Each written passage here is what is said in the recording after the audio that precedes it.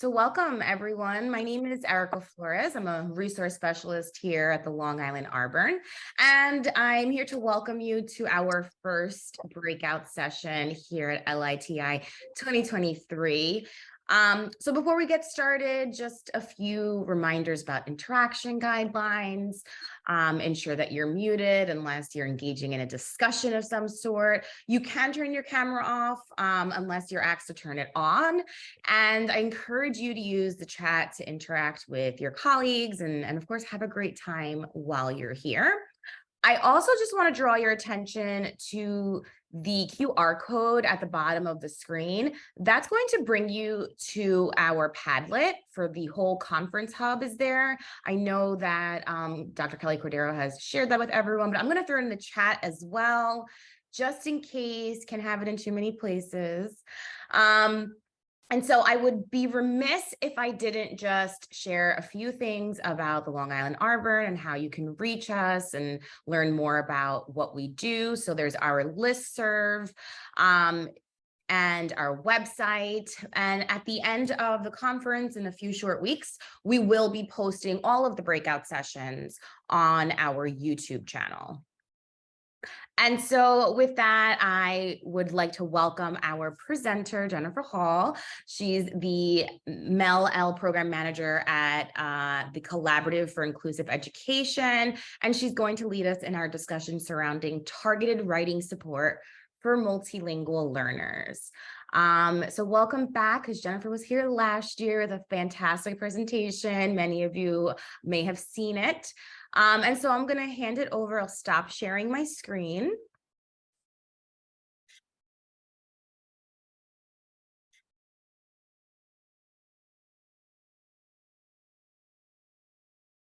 Actually, I'm going to do the advanced share version. Hey, everybody.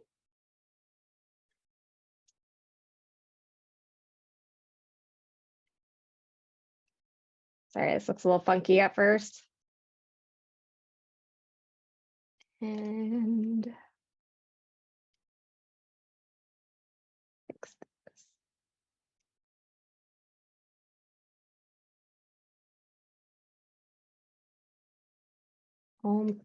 Almost there. Let's see. There we go.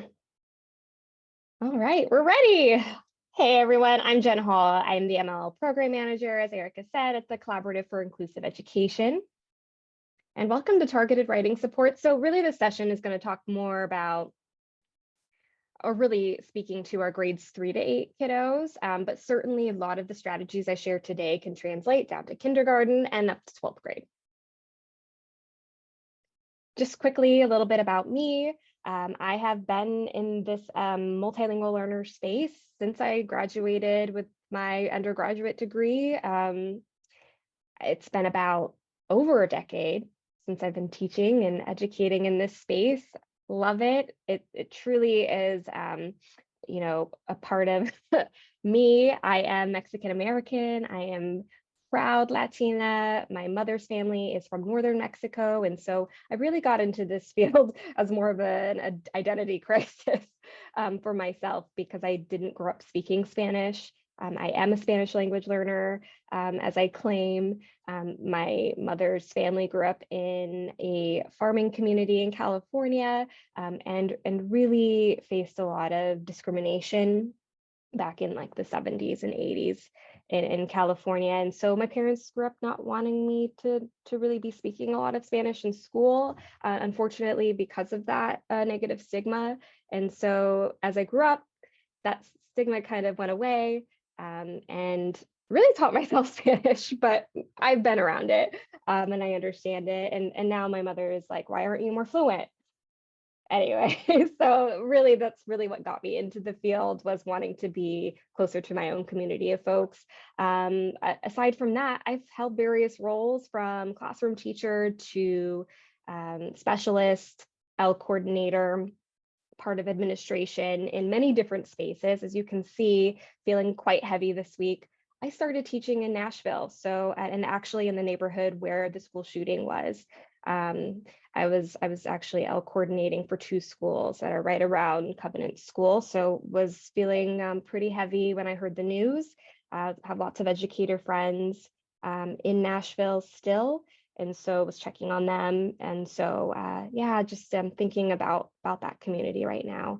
And then, prior to joining the collaborative, I was living in Phoenix, L coordinating at a school with 60% L, and really wanted to help folks not make the same mistakes that I have made in the classroom in this space of education. I've made them all, and it's okay if you make mistakes, but I certainly have made them, and really wanted to just stretch my bandwidth for supporting teachers, because really it's the teachers that need the support right now in order to provide access for multilingual learners. And so that's just a little bit about me and what really got me into this space.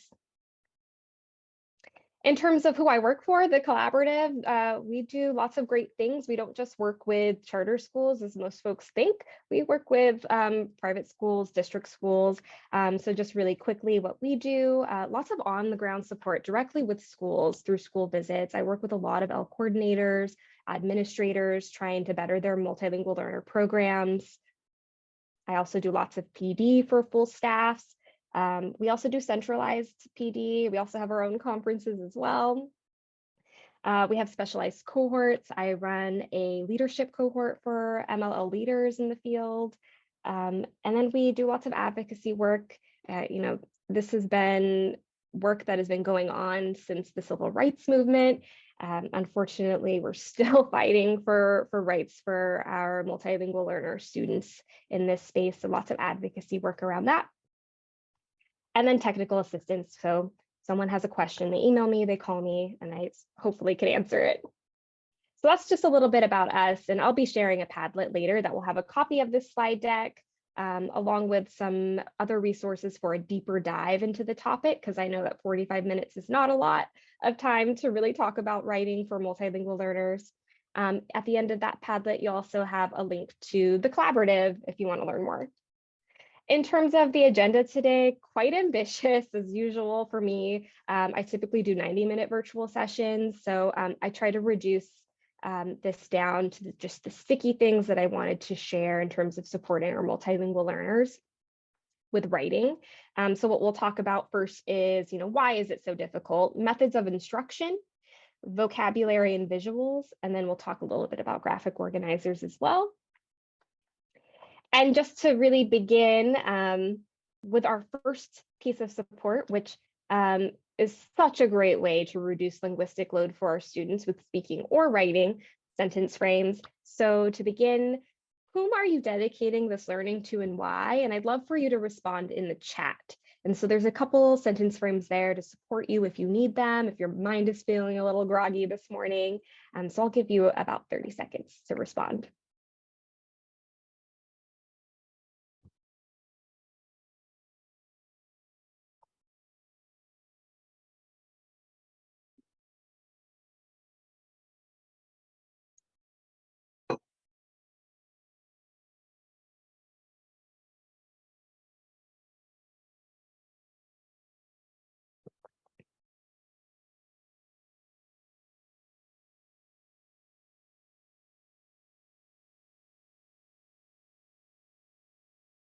Great, and here are all the responses.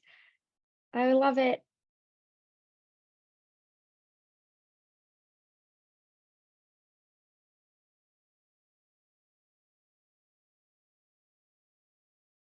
Yes, and this is kind of my peek into your classrooms as well, because I'm not school-based anymore, and that's probably the hardest thing about the job that I currently have now, working with so many schools, is I don't necessarily feel like a part of any school community, and that's just something I miss a lot. Thank you. You can keep them coming. I'm going to move on for time's sake. So let's talk about why writing is so difficult for our multilingual learners. And so just another quick reflection with writing tasks, what is particularly difficult for not only our multilingual learners, but for all of our students, our general education students, our students with disabilities? What are you finding is really difficult with writing specifically? Generating new ideas, absolutely. Higher level questioning. putting the ideas on paper, grammar, academic writing, comprehension, absolutely all the things, right? Writing is the most productive domain of language. It's really asking our kiddos to take everything that they've learned in terms of their vocabulary repertoire in this new language and to produce. And that is the most difficult thing that we can ask our multilingual learners to do.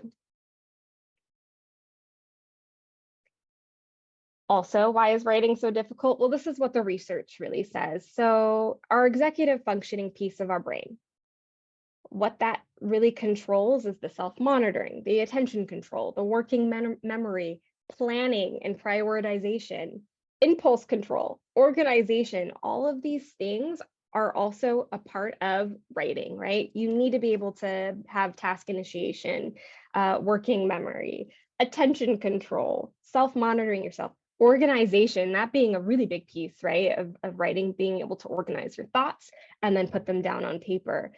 When you think about a language learner, their brain is doing so much. They're not only learning new language, learning new content, academic content in a new language, they're also having to process all of this and then produce language.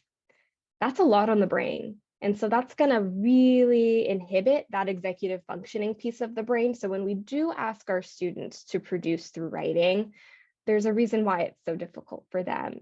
It's because their brain is on overload. And also in turn, they might not have that vocabulary repertoire yet. For our newcomers, they don't have the vocabulary quite yet. They need the time.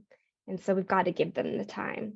And so hopefully this session will kind of speak to how we can support these two areas with writing specifically. And so let's get into some methods of instruction. So how can methods of instruction really support the writing? And so I want to start with write alouds. Write alouds, honestly, no matter what grade level you use them in, they are so powerful. Modeling, right? Modeling is such a huge support for our multilingual learners. It makes things visual. It's a visual reference. It's something concrete that kiddos can understand without language. So write aloud. It's really a writing demonstration in which the teacher is modeling and verbalizing the thoughts as a writer while modeling that writing process. Really modeling how an author chooses the words that they choose, the organization that they are choosing, etc. And so the only way kiddos are going to learn is if we model what that actually looks like, the self-monitoring process as an author before they write. And so this is the highest level of support that you could really provide your students in terms of writing. It makes thinking visible, again, that visual reference. Also is your opportunity to provide examples of those complex English language structures. Even if students cannot right now engage with those complex sentence structures, write those complex sentence structures, we need to expose them to those writing complex sentence structures, or else they're not going to be able to do it themselves eventually. And so we need to model that first, expose them, even if they don't have the language. Providing explicit instruction for grammar. This is a great time for that during write alouds. Builds vocabulary. This piece, the teacher does do the majority of the talking, but you do want to remember whoever's talking the most is learning the most. That's what research says. And so you do want to make sure during the write aloud, you're providing opportunities for students to reflect through discussion with peers, with teacher, whatever the space might be. You also want to have stopping points for questions. Maybe we need to reteach too in the moment as well. So just keep that in mind. When do you do this? Introducing a new unit on writing. Maybe you're starting a new unit on informative writing, persuasive writing. And you also want to do this when you're modeling for an upcoming writing assignment. Another method of instruction that's really great is shared writing. That's when you're sharing this moment with students to produce a writing artifact. Again, this is another great layer of modeling for students, making the learning really visible for them so it's sticky. What is it really? It's really mostly teacher directed, just like our shared or our write aloud. It bridges independent writing. So you're doing a little writing, you're also having the students do a little writing, but it's all in this controlled environment with teacher. Again, it's going to provide those examples of English language structures, really looking at those complex sentence structures, because NICESLAT does ask our K students to our 12th grade students to write complex sentence structures in order to score commanding. When can we do this? It could be after a mini lesson. So it might be during like a small group moment where, kiddos are working on a piece about their favorite pet, maybe. And so maybe we have some newcomers that are struggling, some emerging students that are struggling with finding the vocabulary. So let's work on a shared piece together first, that we're able to help start to begin to build that vocabulary repertoire with our students, but also help them feel successful with writing as well, giving them a moment to plug in that need to know vocabulary word. Great, now they feel like they've had a success with language in the new language. And we always want to celebrate those small successes for students, because again, writing is very, very difficult for our multilingual learners, again, because it is the most productive domain of language. So it often is the domain where kiddos have that effective filter go right up. I can't do this. And so anytime we can celebrate a success and have them feel successful with writing is important. So the shared writing is a great opportunity for that. So let's reflect real quick. I am going to look at and see if there's any questions. Not yet. All right. So quickly, when could you include a write aloud or shared writing experience? So thinking about your particular content area, when could this happen? And then also, how could these methods better prepare students for writing their own independent writing artifact? I'd love to hear your reflections. 1 minute in the chat.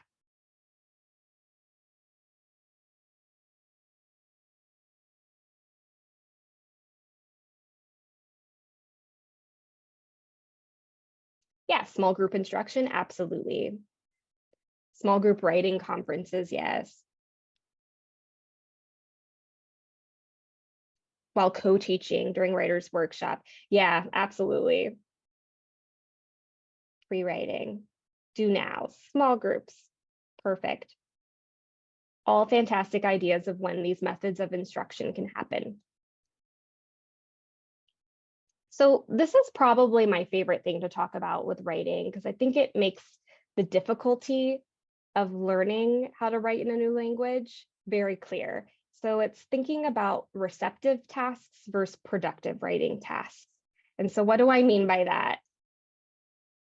So again, and I probably will repeat this 1,000 times, writing is a productive skill and often the most difficult for our multilingual learners and our students with disabilities.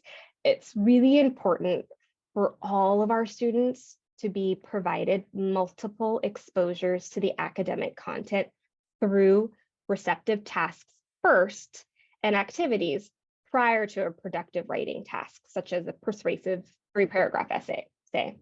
So we really want to provide students opportunities to read, listen to, and become familiar with the required academic vocabulary that they will be required to use in an independent writing task. So what is receptive versus productive? So the receptive tasks basically involve more of the reading and listening domains. It's a very passive way of learning. Students aren't being asked to produce language in this moment. They're just taking in information, it's input, okay? A productive task, though, is going to involve our speaking and writing domains, the most productive ones. It's very active learning. Students are having to tap into all that prior knowledge that they've been taught in order to produce something through speaking or writing, okay? And so what does this look like? So I've got some examples. This is a receptive task. This is where you would probably want to start first. So sentence first, not a sentence. And as we're teaching grammar with students maybe coming from other countries where their grammar rules are so very different from English grammar rules, which is most countries, right? Because English language grammar is insane. The rules are insane. Let's just name that. And so maybe you're doing a sentence versus non-sentence lesson. And so here you see students are not producing language at this point. They're just manipulating here. So they're doing a sort. They're looking at language, they're reading language, and they're sorting. This is a sentence, this is not a sentence. There's also additional layer here of color coding, subject and predicate, which I love. I also encourage color coding of your grammar and parts of speech because it's basically a formula. It's a math formula. How you see it, it's a puzzle. And so highlighting the parts of speech can really help students see how the puzzle of English grammar really comes together. Here's an example of a productive task where you're asking students to produce. And so maybe here you're working on, again, some grammar, and you're wanting students to repair the fragments. Turn this into a sentence, okay? Productive. So this would be a productive task. So you've got receptive first, then we're going to ask students to be productive. All right, so what productive and receptive tasks are students already engaging in your classroom? You're probably not even realizing that you're doing this, but now you can do it with more intentionality, right? So what are students already doing in terms of receptive versus productive tasks in writing in your classrooms?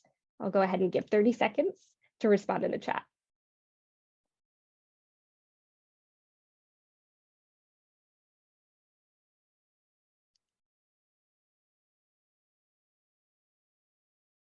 Verb sorts, parts of speech sorts. So yeah, anything sorting is very receptive, right? Kiddos are not having to produce quite yet. Yep. Matching, very receptive.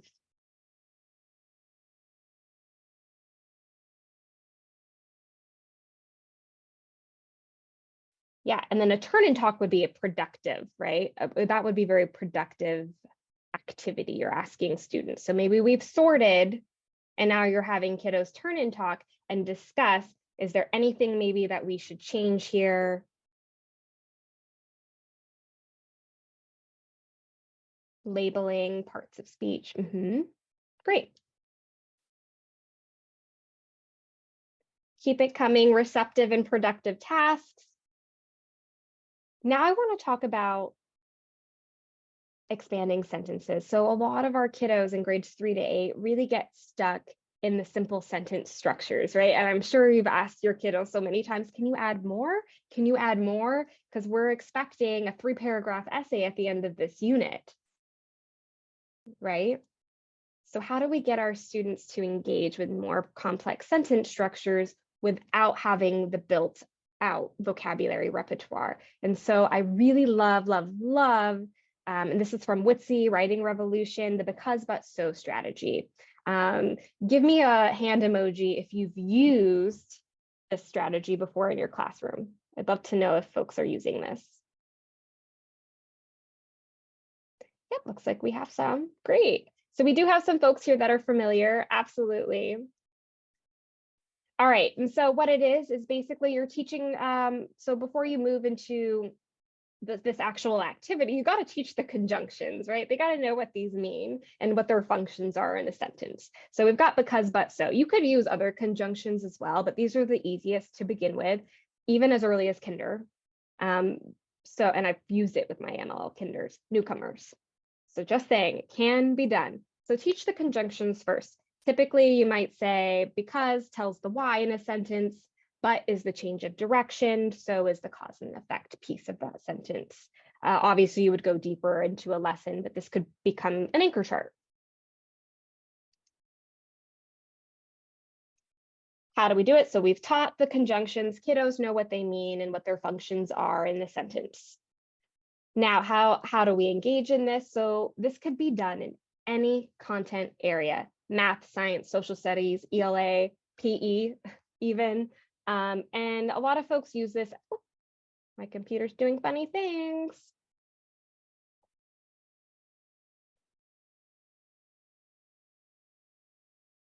Sorry, y'all. Let me exit out of this. Don't know why that was showing up. All right. So what you can do is you've taught a unit, okay? And now you want to do some check for understanding. You also want to see students actually use the academic tier 2 and tier 3 vocabulary that was a part of that unit, and especially our multilingual learners. And so we take a short independent clause and we expand upon it. And so, for example, what you see here on the screen, they were clearly learning about colonial America, and the phrase that the teacher chose to provide students was the colonists came to America because, but, or so. And so the kiddo here responded, King George, the colonists came to America because King George used the colonists' money. Or the colonists came to America, but there was no food or home. The colonists came to America, so they had to get help from the Lenape. This shows me that this kiddo truly understood the unit. They're engaging in complex sentence structures. And this is such a great check for understanding. And now we've had this kiddo also dig a little bit deeper into their prior knowledge, right? They've mastered this content. Fantastic. We can do this in any content area. Now, you're probably wondering, yeah, this kiddo did a fantastic job, but I have some newcomers that even this activity would be difficult. So what can we do? Add in some scaffolds. So from the least amount of support to the most, you could provide a stem, right? So that might be more your transitional to commanding students who have enough language. They can finish this sentence. Maybe it's a frame where you have a word bank.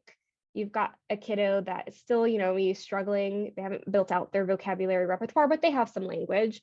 And then the close sentence. This student is a newcomer. They need lots and lots of time. I just want them to identify that need to know tier 2, tier 3 vocabulary. And they're maybe even pulling it from a word bank. That's okay. That's the most support that we can give that close. And then ultimately, you want to bring this into a more productive task where you're just providing a subject from your unit and then the conjunction, and you're telling kiddo, go, right. That's the ultimate goal here in terms of increasing the rigor of this type of activity. Maybe it's a small group. If you have your small ELL group, you're doing that with, and this could also just be with lots of different things. It doesn't necessarily have to always be tied to content. Maybe you're having a fun Friday, but we're still wanting to engage in academics. We do maybe an activity like this in a small group. I also wanted to bring up, because I did mention close sentence, you could also create closed paragraphs. So you're asking student to write a paragraph about whatever it is that you're learning about. You can create a closed paragraph for our newcomers or our students that really need a lot of linguistic support. Give them a word bank, a visual word bank, or maybe a bilingual word bank, whatever it might be in terms of the support that student needs, but they're just plugging in that need to know vocabulary right now. That's where they are, and that's okay.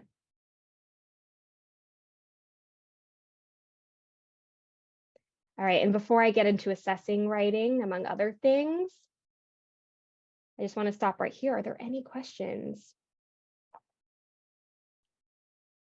You can feel free to type in the chat.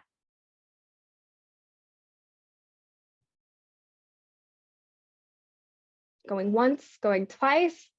All right, we'll keep going. Assessing writing. I did want to, at this point, I have sticky strategies coming, but assessing writing, I wanted to fit in here in one slide really quickly. Begin with the end in mind. Rubrics are such a fantastic way to give a roadmap to our multilingual learners. This is the expectation for a 4 out of 4 or that 100% on this writing task. This is great for all students, really, but impactful for our multilingual learners because it's giving them that visual reference, right? This could even be provided to them in their home language, right? So begin with the end in mind, create a rubric for student reference. You could even show exemplars, whether it's teacher made or maybe from a student you've had in the past. So I used to collect writing artifacts at the end of my writing units, student exemplars. I'd ask them, hey, this was wonderful. I'd love to show the multilingual learners I have next year what this task really should look like in the end. Can I show it? Can I share it? Can I save it? Can I copy it? Absolutely. I think it also means more too when kiddos see a student exemplar over a teacher exemplar. Consider differentiated product. What I mean by that is you have an entering or newcomer student, again, hasn't built out that vocabulary repertoire in the new language yet. So we need to consider, well, instead of 3 paragraphs for this persuasive essay, can the student engage in just 1 right now? Or maybe it's a 3-paragraph close essay where we're really supporting them with the closed sentences within that 3-paragraph essay. So consider differentiated product for depending on proficiency level with our students. You can also maintain a folder or portfolio of student work to track progress made over the course of the school year. I highly recommend using the NYSESLAT rubric informally. So at the end of every writing unit, whatever the students produce in terms of an writing artifact, compare that informally to the NYSESLAT rubric, score it. There's a great progress monitoring tool that you have free right there for you throughout the year. And you can see how the students progress over time. Great to bring to student parent, student family meetings. Also, if you're working with older students, I mean, middle school, even upper elementary, this is a great thing to show them. Here's how you're progressing in your writing, and here's how we can create goals together. I'm not going to spend too much time here, but this is adapted from the Reading and Writing book that came out in 2020. Definitely recommend purchasing that.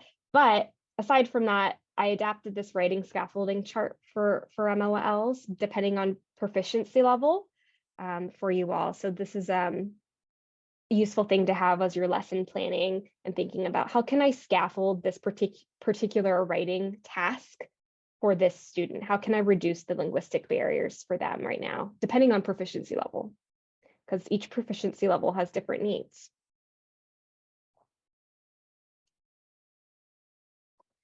And then, of course, differentiating writing through choice. So even with your formative assessment writing activities, how are you supporting the linguistic load there? This is very like UDL, if you're into universal design for learning. It's all about meeting students where they are and providing them choice, right?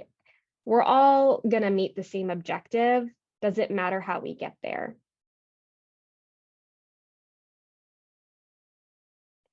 Thank you, Danielle, for putting that in the chat. And I believe I have this linked at the end of that particular book at the end of my session. I also put it in the Padlet as well that I'm going to be sharing with you. Let's get to some sticky strategies. So considering vocabulary and visuals. Again, vocabulary is usually the biggest barrier for our language learners in terms of writing. They just don't have the vocabulary repertoire to produce new language yet. So what can we do? We have to explicitly teach vocabulary through an explicit vocabulary routine. So I always say, at the top of a unit, before you introduce it to students, pick the 10 stickiest tier 2, tier 3 must need to know vocabulary for that student to be academically successful with whatever that writing objective is. Pick those 10 words, might be less, it might be more. And pre-teach, front load that vocabulary with really all your students, but most importantly, our multilingual learners, they need that explicit vocabulary routine. They need to build their vocab repertoire. So you might use a FRAIR model, which I love. So this is really digging deep into the vocabulary. You're providing a student-friendly definition, the characteristics of the word, examples, non-examples, and you're doing this in partnership with students so that they truly understand the vocabulary. And there's lots of different iterations of the FRAIR model too. If you Google it, I've put some examples in the pad that I'll be sharing with you as well, and some templates you can use. The student-friendly definitions, of course, are important. I won't spend a lot of time there. I think most of you know. We're not just pulling from Webster's dictionary. We want something that will be accessible for our students. I also encourage down here, I've mentioned total physical response. That's pairing a vocabulary word with a gesture. Research says if you do that, you're using both sides of the brain. Retention is going to be so much deeper if we do this. And so a lot of times what I would do with my students at the top of a unit with those 10 sticky words, we would either create a gesture together that would go along with those vocabulary words, or depending on their age, if they were younger, I would probably make up the gesture. If they were older, I'd let them create a gesture on their own. Something developmentally appropriate, but TPR is wonderful when you're front loading vocabulary. Yes, just that, TPR. Word banks. I know I've mentioned it previously. This is an absolutely great way to differentiate, say, an exit ticket for your multilingual learners. Depending on proficiency level, some might not need a word bank. Your newcomers, your emerging students, your entering students, yes, they will need a word bank. And so here's just an example I created with the water cycle. So maybe in STEM class, you're learning about the water cycle, and the question at the end of this lesson for the day is write in sequence the 7-step water cycle using complete sentences. Use the word bank and picture below to help you. And as you can see, I've blacked out the words except one of them, and I've provided a word bank for my students.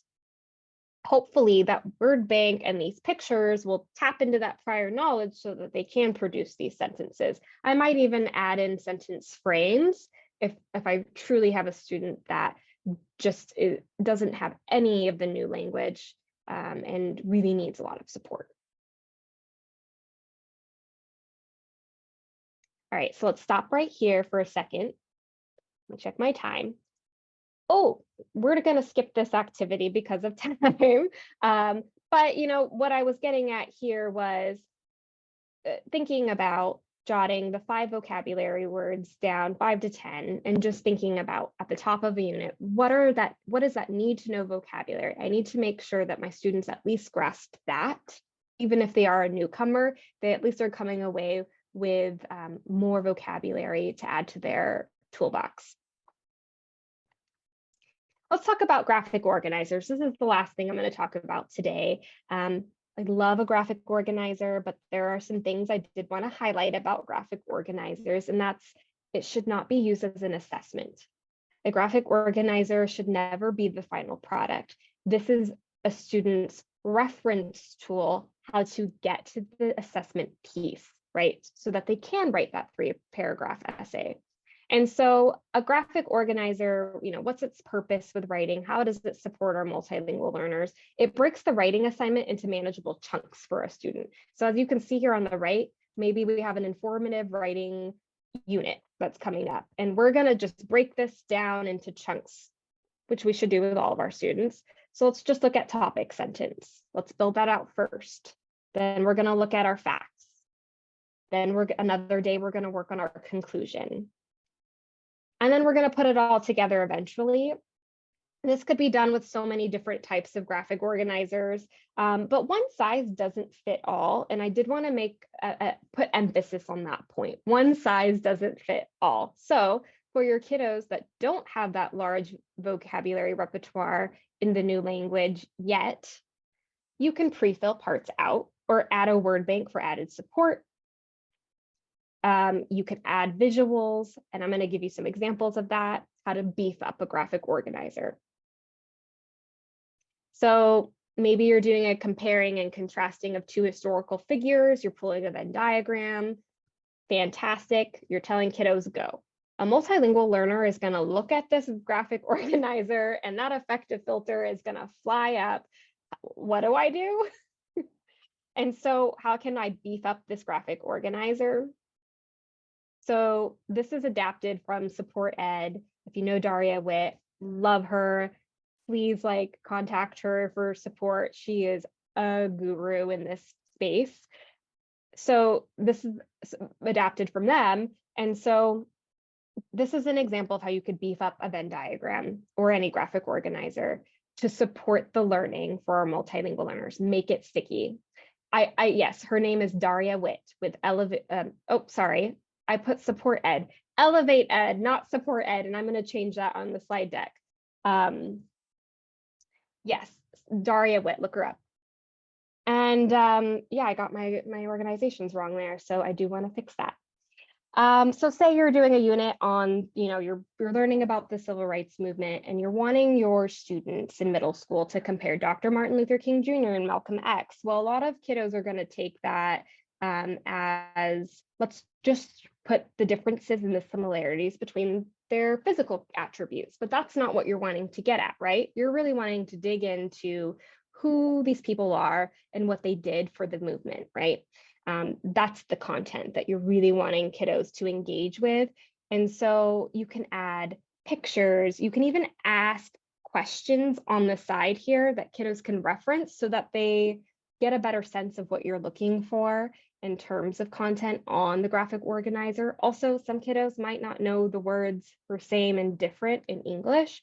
And so you might need to make that very clear on the graphic organizers. As you can see here, it has the green color, here's same, and then you have different colors to show difference. And so this is how you can beef up a graphic organizer to support the task for our multilingual learners. Here's just another example too for you to reference. So say you're doing a cause and effect graphic organizer during a STEM unit on the causes of climate change. This is how we can beef it up. You're giving sentence stems to support the linguistic load. You're giving language frames, possible response examples. You're not giving away answers here. You're just supporting the linguistic load for folks. And also, again, this isn't the assessment piece. Kiddos are going to be using this for whatever the task you're asking them to do at the end of this unit is for their assessment. They're going to use this as a tool.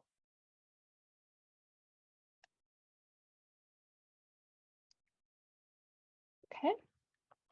And then in close, key considerations, just to summarize, we want to make sure that we differentiate between content knowledge and writing proficiency. Some of our kiddos are coming to us, multilingual learners are coming to us with grade level content knowledge. It's just not in the new language, right? And so we do want to make sure that we differentiate that in our minds as well, that kiddos might be coming to us with the strength of content knowledge, they just need it bridged in the new language. Also, kiddos tend to struggle with idioms, so if we can avoid that when we're learning as well, that's pretty powerful. Provide MLLs with opportunities to explain their writing, which I know can be difficult for some kiddos, but once you start to hear them explain the choices that they made in their writing, that right there will clue you in as an instructor what they're not getting and what they are getting, and what you can target explicitly when they start to explain out loud, this is why they wrote what they wrote, or why they wrote so little. Again, we're swirling, right? We're interacting with content within the 4 domains. So before I asked them to write that 3-paragraph essay, we're speaking using the need to know tier 2 and tier 3 vocabulary. We're listening to my peers in discussion use that vocabulary. We're reading articles. We're also doing some more like smaller manageable writing tasks before we ask them to do that 3-paragraph essay. We're writing interactively with students through shared writing for that model piece, providing visual context for writing. We're drawing pictures. We're doing whole group brainstorming. They need a platform, right, to jump off of in order to activate that prior knowledge. So maybe we're drawing, again, brainstorming together, writing in a journal, whatever it might be to generate ideas before writing, showing them exemplars. And then, of course, finally, the idea of beginning with receptive tasks versus productive tasks. We want to start with the receptive, again, before we move into the productive. And so as we close, what is one strategy or instructional practice shared today that you're hoping to apply to an upcoming writing lesson or unit plan? You can respond in the chat.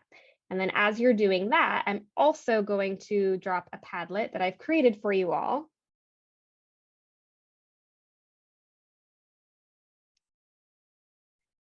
There's a lot in the chat. Where is it? Here, I'll just stop my share so I can grab it. All right, and so here, Padlet. I also love Padlet, and I've dropped that there, and I can, hopefully you can all grab it. In that Padlet, you have slide deck, you have actually a video of one of the methods of instruction and streams that dive a little bit deeper into all the things that I've talked about today, among some other freebies that I thought might be helpful. And I really appreciate you all being here today. I'm seeing some great next steps and whatnot in the chat. Folks are wanting to do shared writing, graphic organizers that are more beefed up, modeled writing. I'm seeing because, but, so. Fantastic. I'll drop the Padlet again. Here it is. Thank you so much, Jennifer, for being here today, for leading us in this discussion. I just want to remind participants to please complete the evaluation, which is on the Padlet, and we ask that you do so at the end of the day so that you can evaluate all the sessions you go to, so you'll see it right here. I did drop the link in there as well to the form, and enjoy the rest of LITI. I am off to open another session. Thank you again, Jen, for being here. Hopefully come back again next year, and everyone enjoy the rest of your day.